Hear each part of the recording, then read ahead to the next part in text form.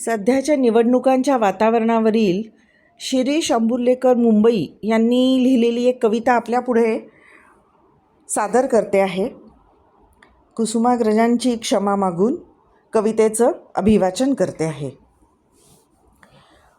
कुणी मत देतं का मत, कुणी मत देतं का मत, एका पितामहाला कुणी मत देतं का मत. एक पितामह आपणच स्थापलेल्या पक्षा वाचून, चिन्हा वाचून, सोबत्यांच्या साथी वाचून गल्लोगल्ली हिंडत आहे. एक पितामह आपणच स्थापलेल्या पक्षा वाचून, चिन्हा वाचून, सोबत्यांच्या साथी वाचून गल्लोगल्ली हिंडत आहे.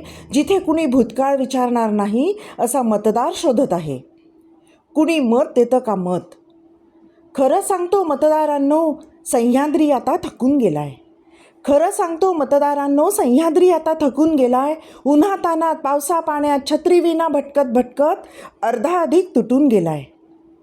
पोरीबाळीच्या भवितव्यासाठी, नव्या मित्राच्या लेकरासाठी दारोदारी खेपा घालत सह्याद्री आता थकून गेलाय. कुणी मत देतं का मत. उरले सुरले सवंगडी राखत, जाती धर्मात भांडण लावत राजा आता झुरतो आहे. जमतील तेवढ्या श्रोत्यांसमोर सभा घेत फिरतो आहे. खरं सांगतो बाबांनो, या राजाला त्याचं जाणतेपणच नडलं आहे. कुणी मत देतं का मत. आता या भीष्माला हार नको, गुलाल नको, टोपी नको, शाल नको. आता या भीष्माला हार नको, गुलाल नको, टोपी नको, शाल नको.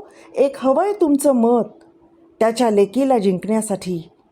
एक हवा छोटा पक्ष अध्यक्षपद मिरवण्यासाठी. आणि हो, एक हवी आहे आराम खुर्ची मागच्या अंगणात पंतप्रधान पदाचे स्वप्न पाहण्यासाठी. कुणी मत देतं का मत.